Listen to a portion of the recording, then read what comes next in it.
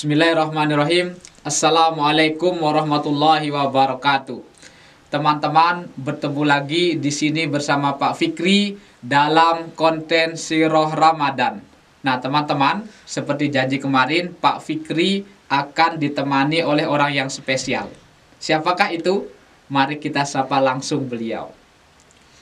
Assalamualaikum, Bang Abi.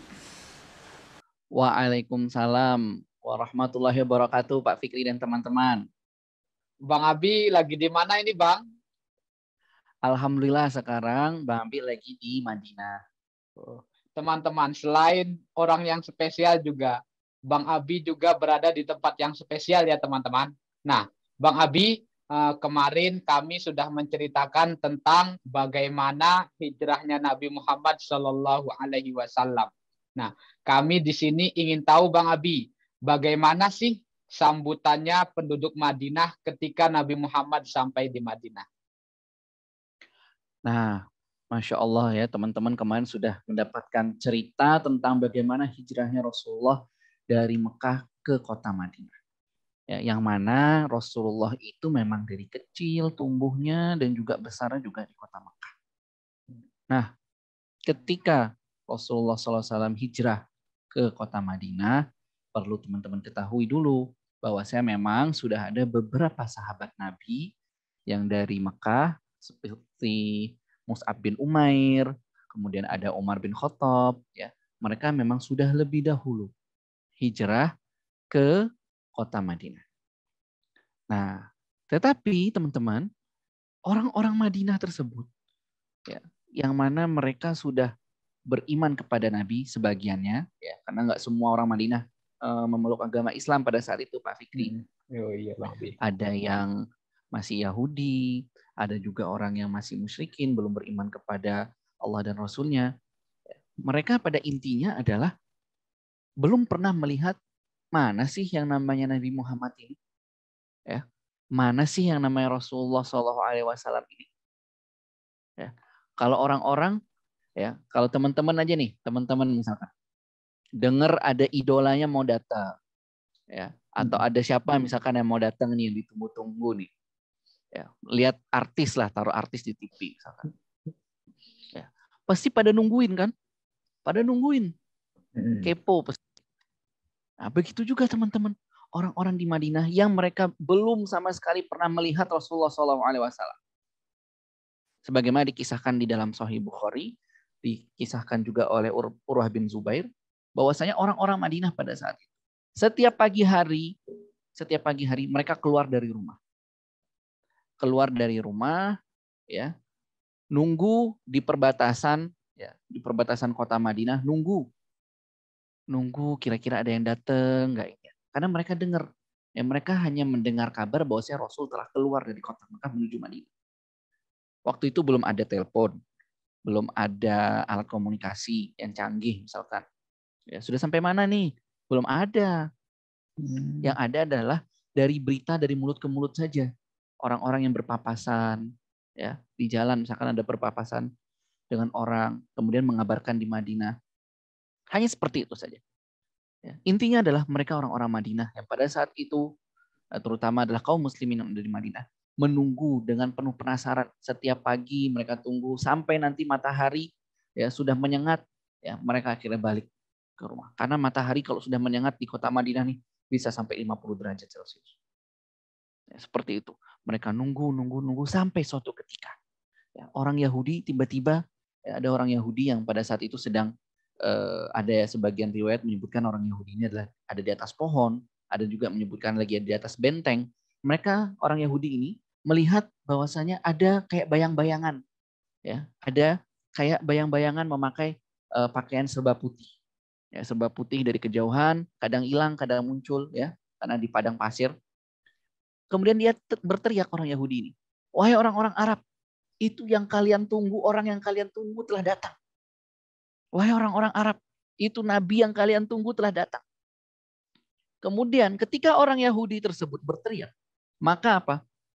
Kaum muslimin yang ada di Madinah semuanya keluar sambil apa? Sambil mengucapkan takbir, Allahu Akbar, Allahu Akbar. Karena apa? Karena menyambut Rasulullah SAW. Nah, sampailah ketika itu Rasulullah tiba di Madinah, memasuki kota Madinah, dan kemudian pada saat itu kebetulan yang ada di depan, ya, yang menyambut adalah Abu Bakar As-Siddiq.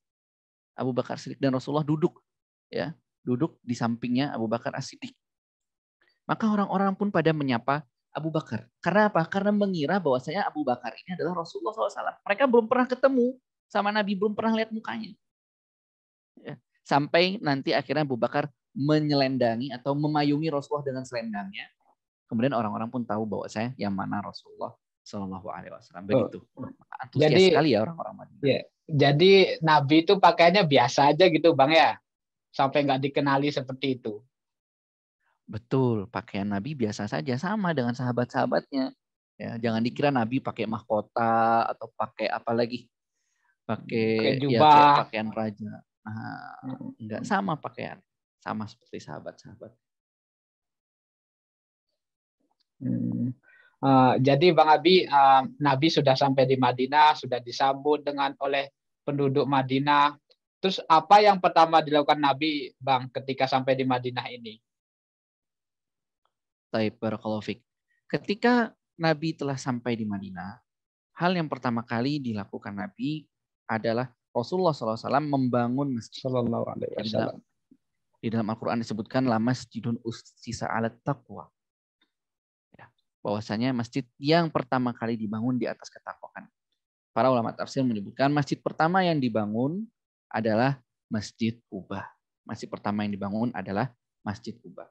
Rasulullah ketika tiba di sebuah perkampungan, disebutkan perkampungan Bani Amr bin Auf. Beliau berdiam di sana selama beberapa hari, kemudian membangun masjid pertama, yaitu adalah Masjid Quba. Ya, beliau membangun masjid karena apa? Masjid ini penting ya, sebagai pusat sholat berjamaah. Ya, kemudian beliau menerima sahabat-sahabat, kemudian beliau juga mengajarkan ilmu. Itu adalah di masjid. Seperti itu Pak Fikri. Oh, jadi masjid itu fungsinya bukan untuk sholat saja, Bang ya. Jadi ada kegiatan-kegiatan yang lain juga. Betul. Ada taklim misalkan ya. Rasulullah menerima tamu dari luar kota ya, di masjid. Ya.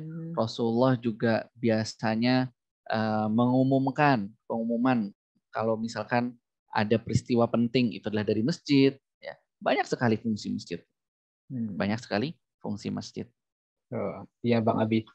Terus bagaimana Bang Abi dengan sahabat-sahabat yang lain? Kan Nabi yang hijrah ini bukan Nabi saja Bang. Ada sahabat-sahabat yang lain. Mereka tinggalnya di mana Bang? Nah, Taib, mereka tinggalnya di mana nih? Nah, sahabat-sahabat yang hijrah dari Mekah, atau kita sebut namanya kaum muhajirin. Ketika sampai ke Madinah, ya, disambut oleh kaum muslimin yang ada di Madinah, atau kita sebut dikenal dengan kaum Ansor. Kaum Ansor menyambut mereka dengan baik, dengan ramah. Bahkan sebagian adalah memberikan hartanya. Memberikan hartanya. Ya, memberikan hartanya. Bahkan ada juga yang sharing, berbagi rumahnya. Dan Rasulullah SAW selain mendirikan masjid, ketika tiba di Madinah, beliau juga mempersaudarakan antara kaum muslimin, kaum muhajirin dengan kaum ansor, dipersaudarakan. Ya, misalkan fulan A dipersaudarakan dengan fulan B. Ya, mereka saling bersaudara, ya, terikat dengan ikatan persaudaraan atas Islam. Dan kaum Ansor ini memiliki sifat berbagi yang sangat tinggi. Sifat ithar namanya. Ithar itu adalah berbagi kepada orang lain, ingin memberi kepada orang lain. Kaum Ansor. Dan sebagiannya ada yang memberikan harta, ada yang memberikan makanan. Ya. Dan juga sebagian kaum muhajirin ada yang menolak. Ada yang menolak. Ya, seperti Abdurrahman bin Auf. Ya, ketika ditawarin rumah, ya, ditawarin harta, Abdurrahman bin Auf ya menolak. Tapi apa kata Abdurrahman bin Auf? Ya, saudaraku, tunjukkan aku di mana pasar. Di mana pasar? Ya, menariknya Abdurrahman bin Auf adalah seorang pebisnis yang sangat handal, ya, sehingga beliau bisa memutar uangnya atau berdagang ya pada saat tiba di kota Madinah. Demikian Pak Fikri. Jadi kaum Ansor ini orangnya baik-baik banget itu ya Bang ya. Mereka rela berbagi makanan dan yang lain-lainnya. Nah, Bang Abi, tentunya dari kisah-kisah tadi itu tentunya ada pelajaran yang bisa kita ambil. Pelajaran apa ya Bang Abi ya? Nah, pelajaran yang bisa kita ambil pertama dari kisah orang-orang Ansor, orang-orang yang ada di Madinah. Ketika itu mereka telah beriman kepada Rasulullah SAW, tetapi mereka belum pernah bertemu Rasulullah SAW. Ya, mereka rela menunggu kehadiran Rasul untuk bertemu bahkan sampai matahari. Ya, ini apa yang adalah bukti kecintaan mereka terhadap Rasulullah SAW. Lalu bagaimana dengan kita nih? Kita ini hidupnya zamannya adalah jauh 14 abad dengan Rasulullah SAW. Ya, bagaimana cara kita agar kita bukti cinta kita terhadap Rasulullah SAW, yaitu adalah dengan kita senantiasa menjalankan perintahnya, menjauhi larangannya, agar kita nanti dipertemukan dengan Rasulullah SAW nanti di telaganya di akhirat.